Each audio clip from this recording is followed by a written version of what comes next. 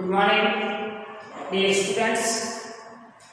Gayatri school सांसद के YouTube channel में आप सभी का स्वागत है। एग्रीकल्चर साइंस में हम डिस्कशन कर रहे थे फसल उत्पादन, जिसमें लास्ट वीडियोज में हमने बाजरे की वैज्ञानिक खेती के बारे में अध्ययन किया। आज ज्वार की वैज्ञानिक खेती के बारे में अध्ययन करेंगे। ये ज्वार एक चारा उत्पादक फसल है जो पशुओं को हरे एवं सूखे चारे के रूप में काम में ली जाती है, जिसमें इसका वानस्पतिक नाम है सोरगम बाइगिया। पोएसी या ग्रेमिनिएसी कुल का सदस्य है। अगेन आपका प्लांट पादप एक बीजपत्री मोनोकोक प्लांट की कैटेगरी के अंतर्गत आता है। इनका जो तना होता है चारे रूप में पशु खाते हैं, तो इसमें ग्लूकोसाइड नामक पदार्थ पाया जाता है। ये ग्लूकोसाइड पदार्थ में हाइड्रोसायनिक अम्ल होता है। क्या होता है? हाइड्रोसायनिक अम्ल होता है। और ये हाइड्रोसायनिक अम्ल जब पशु चारे के रूप में इस ज्वार को ज्यादा आहार के रूप में ग्रहण कर लेता है, ज्यादा आहार के रूप में ग्रहण कर लेता है, तो पशु की क्या हो जाती है? मृत्यु हो जाती है। इसलिए चारा वाली फसल है, लेकिन लिमिट से ज्यादा पशुओं को इनको नहीं खिलानी चाहिए, फिर इनकी घटना के कारण पशु की मृत्यु हो जाती है। इसलिए ध्यान रखें, इनको ज्यादा चारे के पशुओं को नहीं खिलाना चाहिए। इंपॉर्टेंस महत्व, ये मोटे अनाज वाली फसल की कैटेगरी के अंतर्गत आती है। इसके दाने में 72% कार्बोहाइड्रेट पाया जाता है। और अभी मैंने बताया कि इसकी पत्तियों में एक ग्लूकोसाइड नामक पदार्थ पाया जाता है, जिसमें हाइड्रोसायनिक अम्ल पैदा होता है, जो कि आगे जाकर के पशु की मृत्यु का कारण बनता है। जलवायु, ज्वार एक गर्म जलवायु की फसल है। इसकी वृद्धि और विकास के लिए 32 से 35 डिग्री सेल्सियस तक का तापमान अच्छा रहता है। खरीफ और जायद की ऋतु में भी आप इस फसल को उगा सकते हैं। और उस संदर्भ में इसे 30 से 35 सेंटीमीटर वार्षिक वर्षा वाले क्षेत्रों में सफलतापूर्वक उगाया जा सकता है। मृदा एवं खेत की तैयारी, ज्वार दोमट एवं ब्लू दोमट मृदा यदि है तो वहाँ पर इसका वृद्धि और विकास अच्छा होता है। और भूमि का पीएच मान 6.5 से 7.5 जहाँ पर भी है अच्छे तरीके से सर्वाइव करती है। आप मिट्टी पलटने वाले हल से खेत की गहरी जुताई करें, ताकि जल अधिक मात्रा में मिट्टी सोख सके। तो इनको जल की आवश्यकता होगी तो जड़ें अंदर जाकर के सर्वाइव कर लेंगी। जुताई के साथ या 25 किलोग्राम क्यूनाल फॉस प्रति हेक्टेयर की दर से मिला लें। और इसके साथ 2 से 3 जुताई देसी हल हैरों की सहायता से करें, और फिर पाटा लगा करके भूमि का समतलीकरण करके फिर आप बुआई कर लें। बुआई में आप CSH5, CSH 14, SPV 245, प्रताप जवार 1430 जैसी किस्में उपयोग में ले सकते हैं। अब बार बार कटाई वाली किस्में कौन सी हैं, यानी कि एक बार काटे तो दोबारा और वृद्धि और विकास करती है, जिसमें बार बार कटाई करने वाली किस्म मीठी सूडान, MP चरी, पूसा चरी 23, ज्वार चरी 69। एक बार कटाई करने वाली किस्में CSV 15, CSV 20, राज चरी नंबर 1, पूसा चरी नंबर 6। और इसके अलावा ज्वार 741, SPV 102 और 22 और CSV 15 और लास्ट एंड फाइनल श्रवण, जैसे कि इसमें आप उपयोग में ले सकते हैं। बीज दर एवं बीजों का उपचार कैसे करना है। यदि आप ज्वार की फसल उगाने का उद्देश्य अनाज प्राप्त करना है तो आप 9 से 10 किलोग्राम चारे और दाने के लिए ले रहे हैं 15 से 20 किलोग्राम। बार बार कटाई करना चाहते हैं फसल की तो 30 से 40 किलोग्राम प्रति हेक्टेयर की दर से खेत में बोएं। बीजों को बोने से पहले थायरम 2 से 3 ग्राम प्रति किलो बीज लेकर के बीजों को उपचारित करके बोना चाहिए। इसके अलावा 6 से 10 ग्राम ट्राइकोडर्मा से बीज उपचारित करने से फायदा रहता है। और बुआई से पहले बीजों को आप एजोस्पाइरिलम एक जीवाणु, इन एजोस्पाइरिलम जीवाणु के कल्चर पाउडर आते हैं, पैकिंग आते हैं थैलियों में, उनकी सहायता से बीज को उपचारित कर लें। बुआई का समय व विधि, यदि वर्षा ऋतु में बोना चाहते हैं तो आप बुआई जून के अंतिम माह में या फिर जब भी बारिश खेत में हो जाती है उसी के साथ साथ आपको खेत के अंदर इसको बुआई कर लेनी चाहिए। गर्मियों में चारे के हेतु मार्च में बुआई करते हैं और चारे के लिए यदि आप बुआई करवा रहे हैं तो खेत में इसकी छिड़काव विधि के माध्यम से बुआई करें। कतार से कतार के बीच की दूरी 45 सेंटीमीटर, पौधे से पौधे के बीच की दूरी 12 से 15 सेंटीमीटर और 1 से 2 सेंटीमीटर गहरे बीजों की बुआई करनी होती है। ये तो है समय और इसकी विधि। खाद और उर्वरक की कितनी आवश्यकता पड़ेगी, तो जब आप खेत तैयार कर रहे होते हैं, खेत की तैयारी जुताई कर रहे होते हैं, उस समय आप 15 से 20 टन गोबर की सड़ी हुई खाद बुआई से पहले 15-20 दिन खेत में मिला लें। इसके अलावा आप 80 किलोग्राम नाइट्रोजन, 40 किलोग्राम फॉस्फोरस बी प्रति हेक्टेयर की दर से मिट्टी में मिलाने से फायदा होता है। सिंचाई, ज्वार की फसल के लिए बाजरा की तुलना में इसमें पानी की अधिक आवश्यकता होती है, वाटर डिमांड है उसकी अधिक रहती है। तो इसके लिए वर्षा ऋतु में बोई गई फसल के लिए सिंचाई की वैसे आवश्यकता नहीं होती क्योंकि समय समय पर बारिश होती रहती है। लेकिन लंबे समय तक यदि बारिश नहीं हो तो आप 1-2 सिंचाई जरूर कर लें और सिंचाई की जरूरत पड़ती भी है। ग्रीष्मकालीन फसल गर्मी ऋतु में यदि आप मार्च अप्रैल में उस समय बुआई की हुई है तो फसल को सर्वाइव करने के लिए 7 से 10 दिन के अंतराल पर वो आप सिंचाई करें तो इसका वृद्धि और विकास अच्छा रहता है। इंटरक्रॉपिंग में आप क्या कर सकते हैं, ज्वार की बुआई 15 से 20 दिन बाद निराई गुड़ाई का कार्य कर खरपतवार निकाल देनी चाहिए।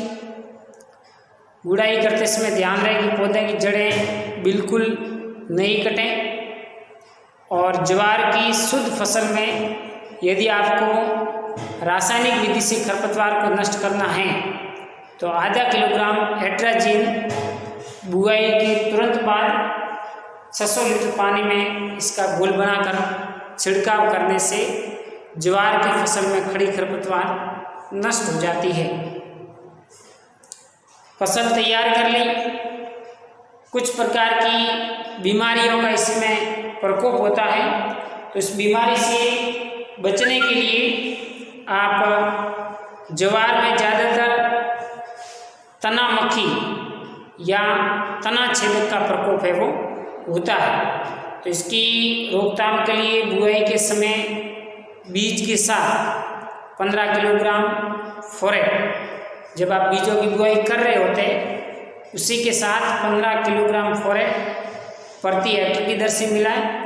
इसी के साथ कार्बोफ्यूरान, दानों 3G दानों को डालना चाहिए, दाने के रूप में आता वो, ताकि कवक से होने वाली बीमारियों की रोकथाम की जा सके। मैंकोजेब का आप 0.2% का घोल बना करके प्रति हेक्टेयर की दर से इसका छिड़काव कर सकते हैं।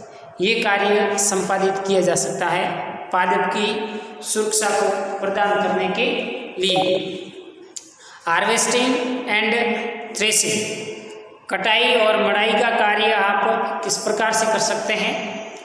तो चारे के लिए ज्वार की बुआई से 45 से 50 दिन के बाद आपको काटनी चाहिए। यदि चारा वाली फसलें हैं, बार बार कटाई वाली फसल है, तो आप 40 से 45 दिन के बाद उसकी कटाई हार्वेस्टिंग कर सकते हैं। बार बार कटाई वाली किस्में हैं, उनको 50 से 55 दिन के बाद और अगली कटाई 30 से 35 दिन के अंतराल पर वो करते हैं। दाने की फसल के लिए यदि आपने दाना पकने पर सिट्टे के हरे दाने सफ़ेद या पीले रंग में परिवर्तित हो जाते हैं, उस समय इसकी कटाई कर लें।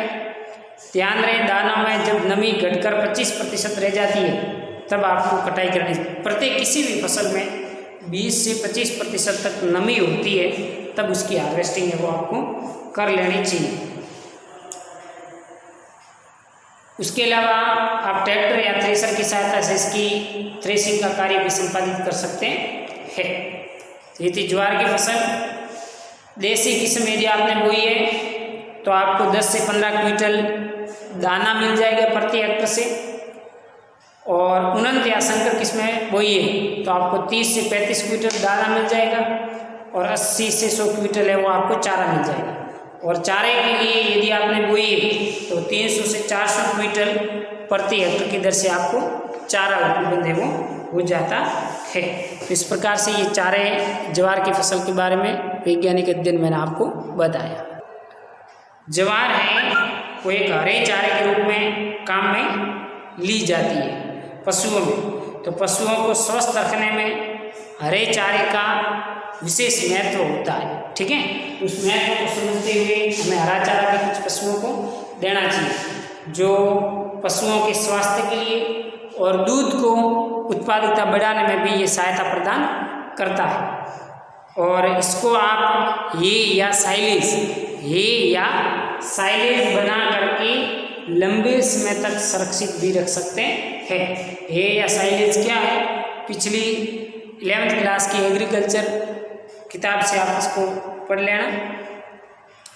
हरे चारे में विटामिन ए प्रचुर मात्रा में पाया जाता है, तो ये पशुओं की बीमारियों से बचाव करता है। पानी की अधिक मात्रा होती है तो पशुओं को बार बार पानी की आवश्यकता नहीं रहती। इसके अलावा इसमें प्रोटीन होता है, कैल्शियम और फास्फोरस जैसे पोषक तत्व होते हैं जो पशु की दुग्ध उत्पादन क्षमता को बढ़ाने का कार्य संपादित करते हैं। एक ज्वार की उन्नत किस्म है जिसका नाम है MP चरी SSG 593, PC9 और PC23। आप इन किस्मों को यदि मार्च से जुलाई के बीच में इसकी बुआई करते हैं तो इसके बीज आपको लेने हैं 40 से 50 किलोग्राम। ठीक है, इसकी बात कर रहा हूँ मैं ज्वार की, कि मार्च से जुलाई के बीच में यदि आप बुआई करते हैं तो बीजों की मात्रा कितनी लेंगे? 40 से 50 ग्राम। और इसमें आप गोबर या कंपोस्ट की सड़ी हुई खाद 15 से 20 टन प्रति हेक्टेयर दे दें। इसके अलावा नाइट्रोजन 60 किलोग्राम प्रति हेक्टेयर, और आधी मात्रा इसकी नाइट्रोजन की खेत में आप जब बुआई कर रहे होते हैं उस समय दे दें, और 40 से 50 दिन के बाद फिर आप नाइट्रोजन की थोड़ी मात्रा दे दें तो इसका बढ़वार है वो अच्छा हो जाता है। बार बार कटाई वाली फसल है तो 30 किलोग्राम नाइट्रोजन हर एक कटाई के बाद है वो दें, और फॉस्फोरस भी 30 किलोग्राम प्रति हेक्टेयर देनी चाहिए। आप इसकी कटाई इस उन्नत किस्म की एक कटाई 50% फूल आने पर, यानी कि 60 से 70 दिन के बाद, अधिक कटाई के लिए पहला फूल आना शुरू होने यानी कि 40 से 45 दिन पर कटाई करके आप कार्य संपादित कर सकते हैं। फूल निकलने से पूर्व कटाई नहीं करनी चाहिए, यानी कि उसमें जब फूल नहीं निकले तब तक उसकी कटाई आप नहीं करें, क्योंकि फसल की प्रारंभिक अवस्था में एक विषैला पदार्थ होता है जो पशुओं के स्वास्थ्य के लिए बहुत ही बुरा असर डालता है, और वो जहरीला रासायनिक पदार्थ विशेष करके किसमें बनता है? पत्तियों में बनता है।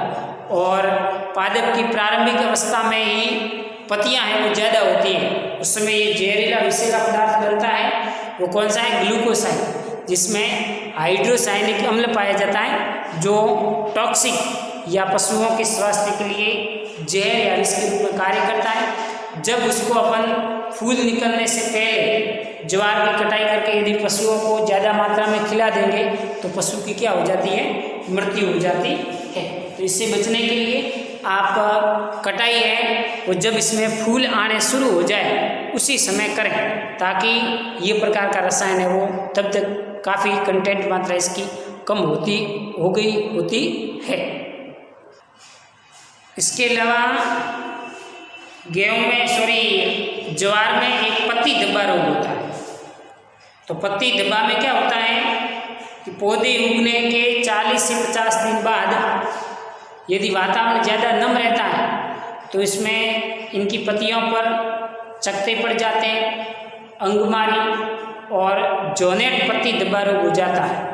तो इनके बचाव के लिए आप रोग रोधी किस्में बो सकते हैं, जिसमें CSH5, CSH6, CSH9 की बुआई करें।